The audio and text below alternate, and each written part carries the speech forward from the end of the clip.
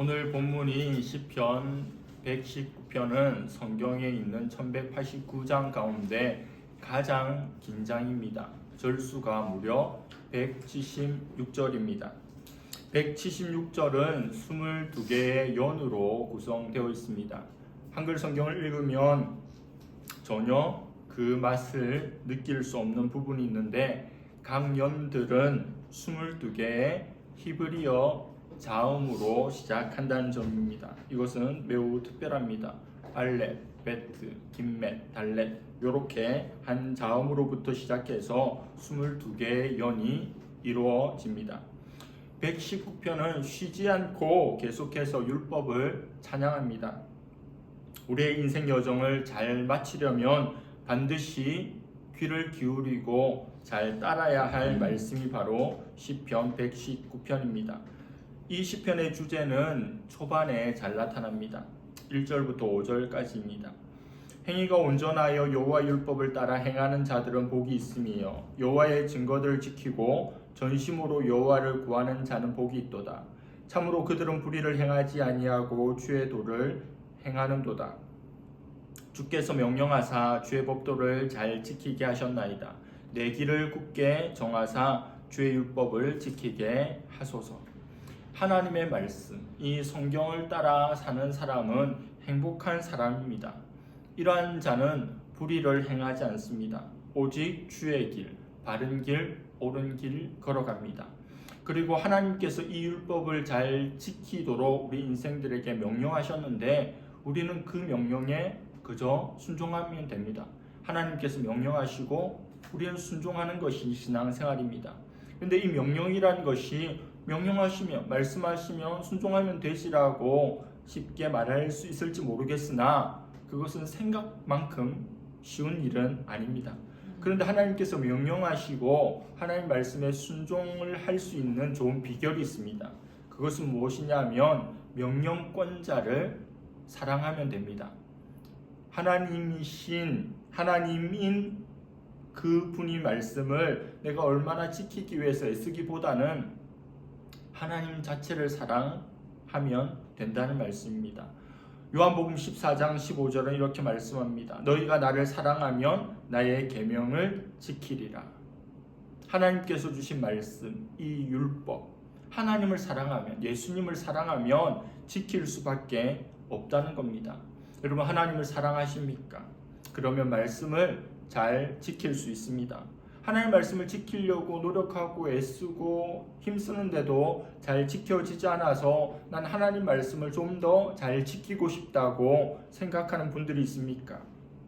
그러면 말씀 그 자체를 내가 지키려고 아등바등 하기보다는 그 말씀을 주신 하나님, 그 명령, 율법을 주신 명령권자에게 집중하여서 그분을 사랑하면 그분이 주신 말씀은 지켜지게 되어 있습니다.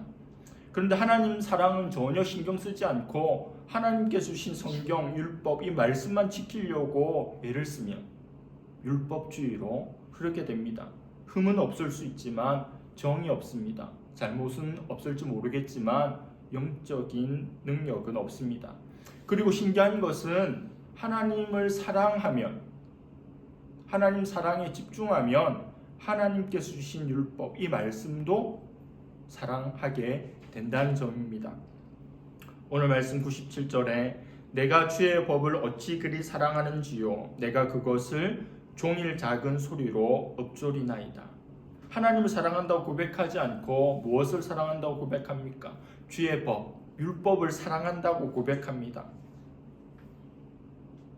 하나님의 말씀을 사랑하는 자의 행동 방식은 무엇입니까? 하루 종일 하나님의 말씀, 율법을 작은 소리로 읊조리는, 계속 입에서 그것을 말한다는 겁니다.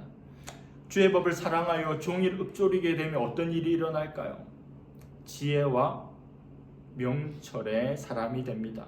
정의 가병이죠. 하나님을 사랑하고 하나님 말씀을 사랑하고 그 말씀을 종일 묵상하고 읊조리면 지혜와 명철이 내게 주어집니다.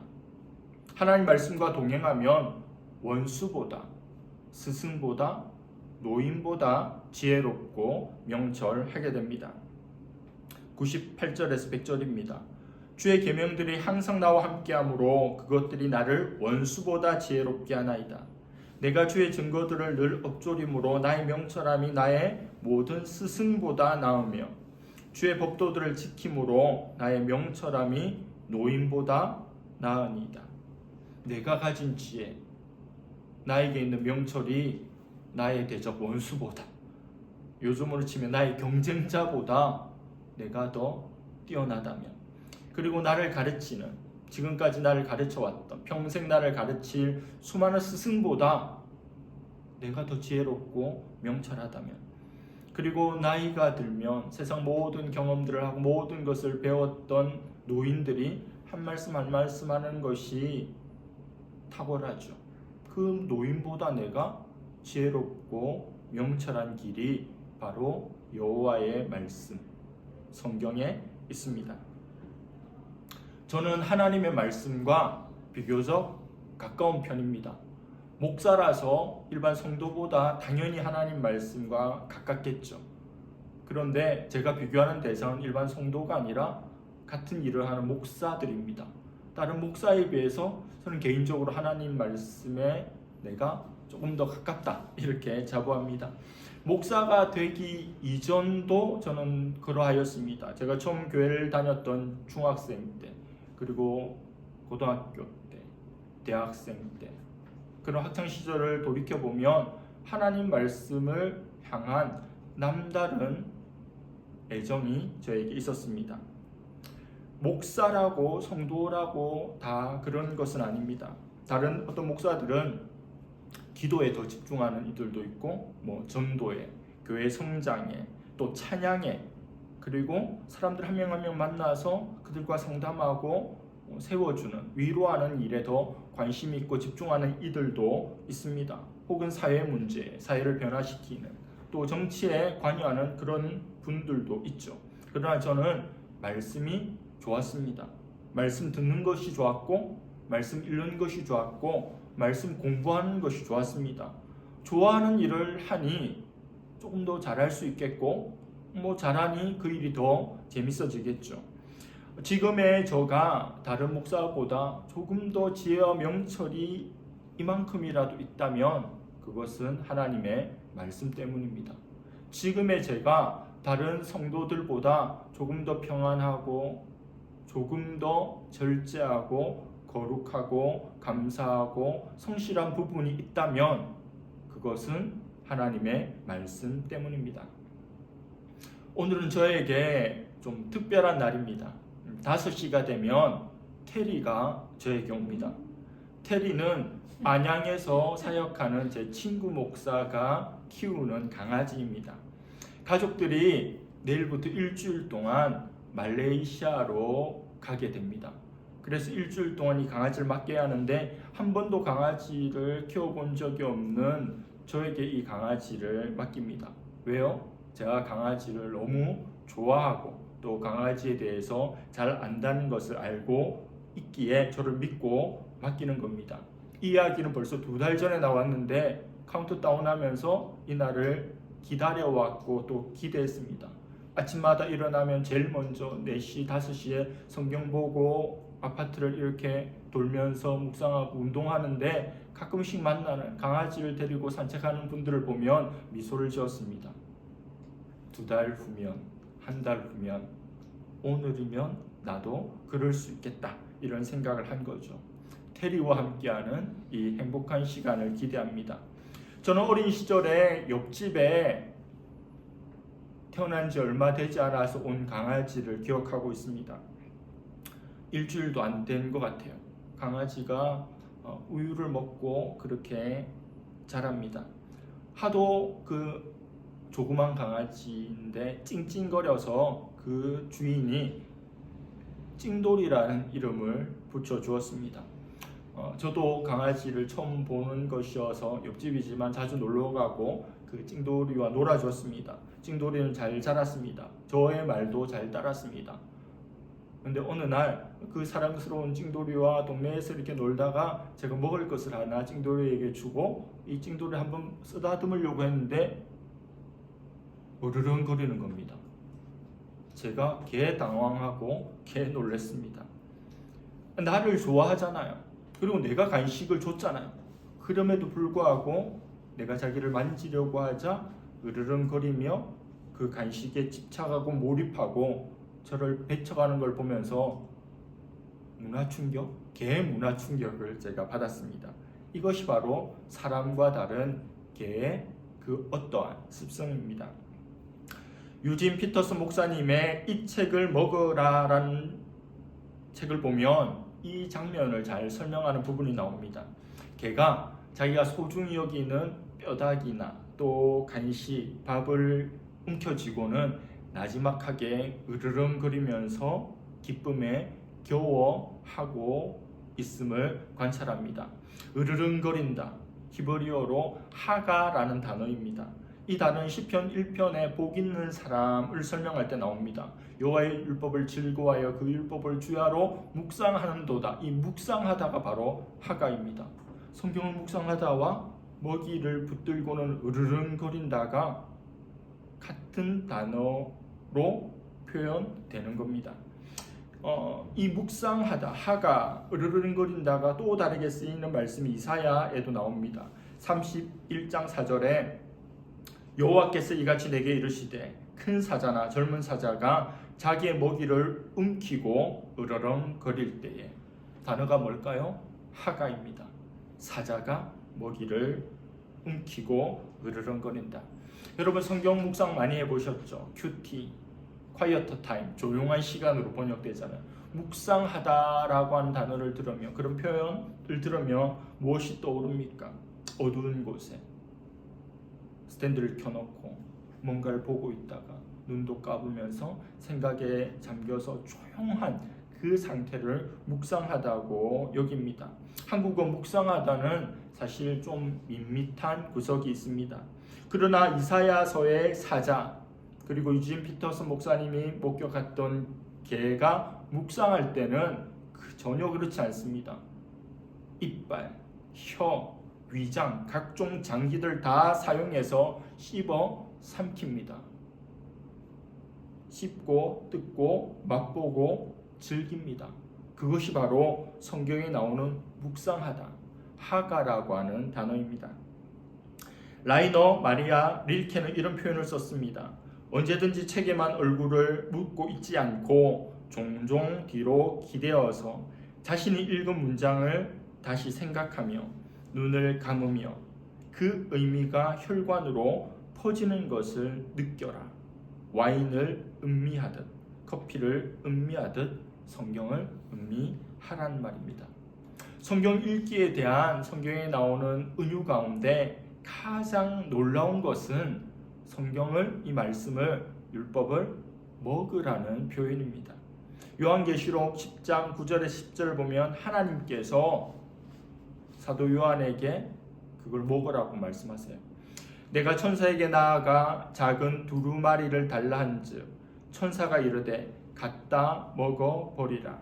내 배에는 쓰나 내 입에는 꿀같이 달리라 하거늘 내가 천사의 손에서 작은 두루마리를 갖다 먹어 버리니 내 입에는 꿀같이 다나 먹은 후에 내 배에서는 쓰게 되더라.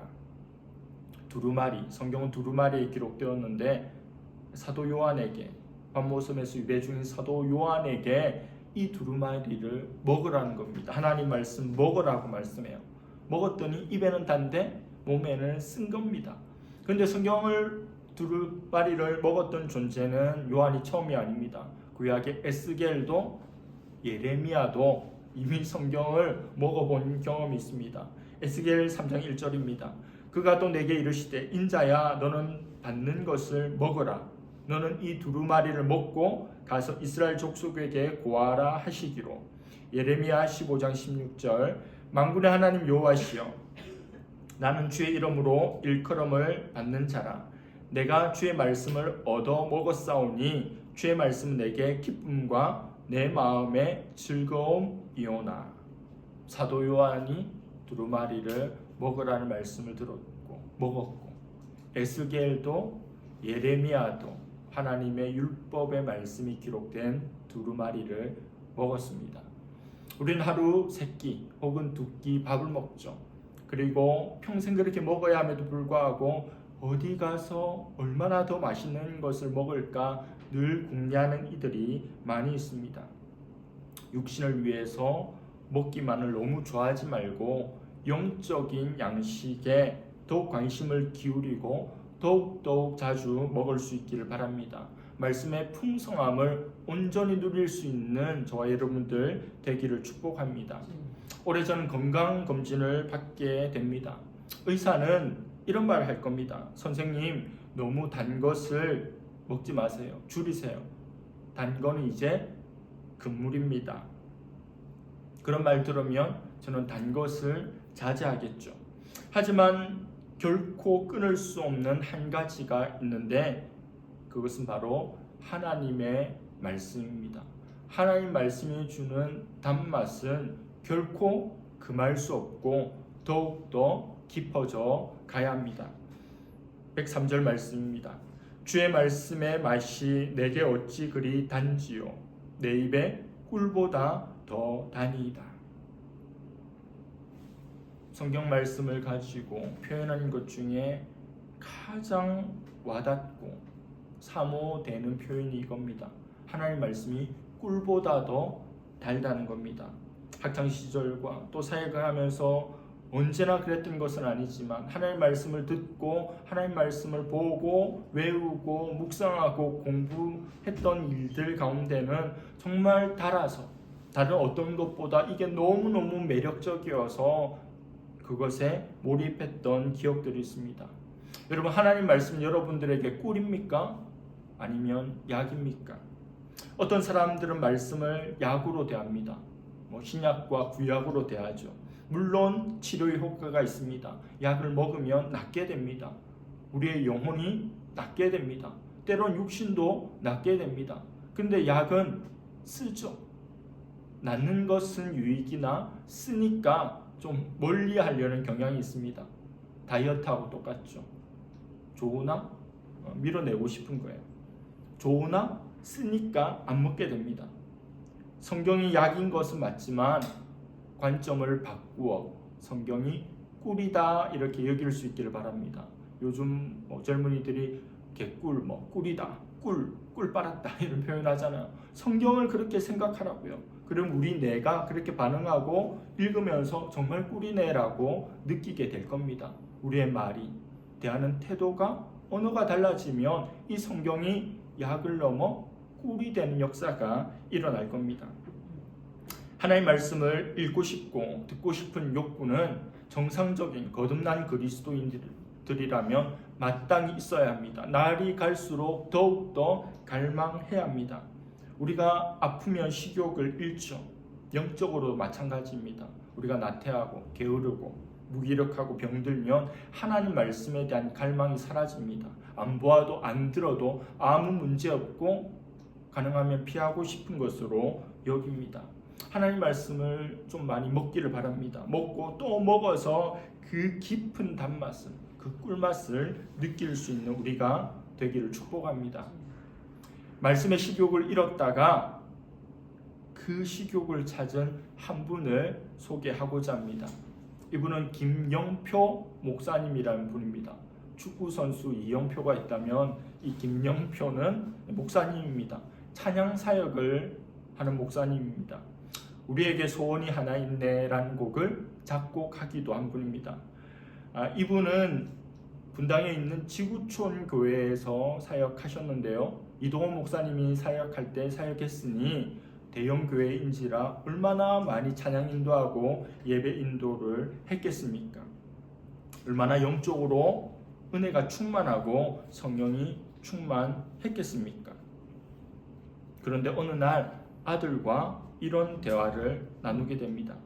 아들이 생각할 때 아빠는 예수님 잘 믿는 사람 같아?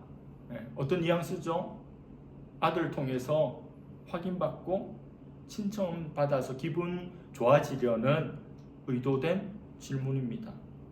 그런데 예상과 달리 아들이 한동안 아무 말 없이 아빠를 많이 쳐다봅니다. 저는 우리 아이들에게 이런 질문을 던지지 않습니다. 재촉해서 물었습니다. 네가 볼 때 아빠는 예수님 잘 믿는 사람 같아요. 어때? 여전히 아이는 무언가 생각합니다. 곰곰이 생각하는 듯 조금만 입술에서 오물조물 거릴 뿐입니다. 당연히 아빠는 예수님 믿는 사람이죠. 방금 전까지도 목이 터져라 찬양했잖아요. 수요 낮 예배, 저녁 예배, 금요 기도회, 주일도 1부부터 7부까지 그 예배 때 목이 터져라 열심으로 찬양 인도를 했잖아요. 예배를 섬겼잖아요. 그것도 모자라서 월요일 쉬는 월요일에도 나랑 안 놀아주고 찬양 집회, 예배 인도하고 오셨잖아요. 이런 아빠가 예수님 안 믿는 사람이라면 누가 예수님 믿는 사람이겠어요? 아빠는 분명히 예수님 믿는 사람이 맞아요. 최소한 이렇게라도 말할 줄 알았어요. 그런데 그런 대답은 나오지 않습니다. 아이가 대답합니다. 글쎄요. 이 목사님, 김영표 목사님 아들에게 이런 말을 듣고는 충격에 빠졌습니다. 다시 질문합니다. 뭐라고? 글쎄요. 그렇다는 말은 내가 목사하고 이렇게 열심히 찬양 사역을 하는데 나를 예수님 믿는 사람으로 우리 아들은 인정하지 않는다는 말인가? 그리고 10살짜리 아들의 입에서 튀어나온 말에 이 목사님은 적지 않은 충격을 받았습니다. 마치 돌아가신 예전의 구약의 선지자 한 분이 살아나셔서 이 목사님에게 주시는 음성처럼 들렸습니다. 내가 아빠 마음을 어떻게 알아요? 하나님만 아시죠. 그리고 아빠 속마음은 아빠가 더 잘 아시잖아요. 순간 망치로 한 대 머리를 얻어맞은 느낌이었다고 합니다. 그리고 시간이 지날수록 곱씹어 생각할수록 예리한 칼날에 찔린 것과 같은 아픔이 느껴졌습니다. 너무나도 맞는 말, 너무나도 정확한 말, 어떤 변명도 할 수 없게 만드는 말이었습니다. 이어서 아들의 대답이 하나님의 음성이 되어서 이 목사님에게 돌아왔습니다. 영표야, 너는 분명히 알고 있다. 네가 정말 나를 따르는지 아닌지 말이다. 김영표 말해봐. 너는 진정 예수 그리스도를 믿는 사람이냐? 죽기 살기로 말씀 앞에 서라.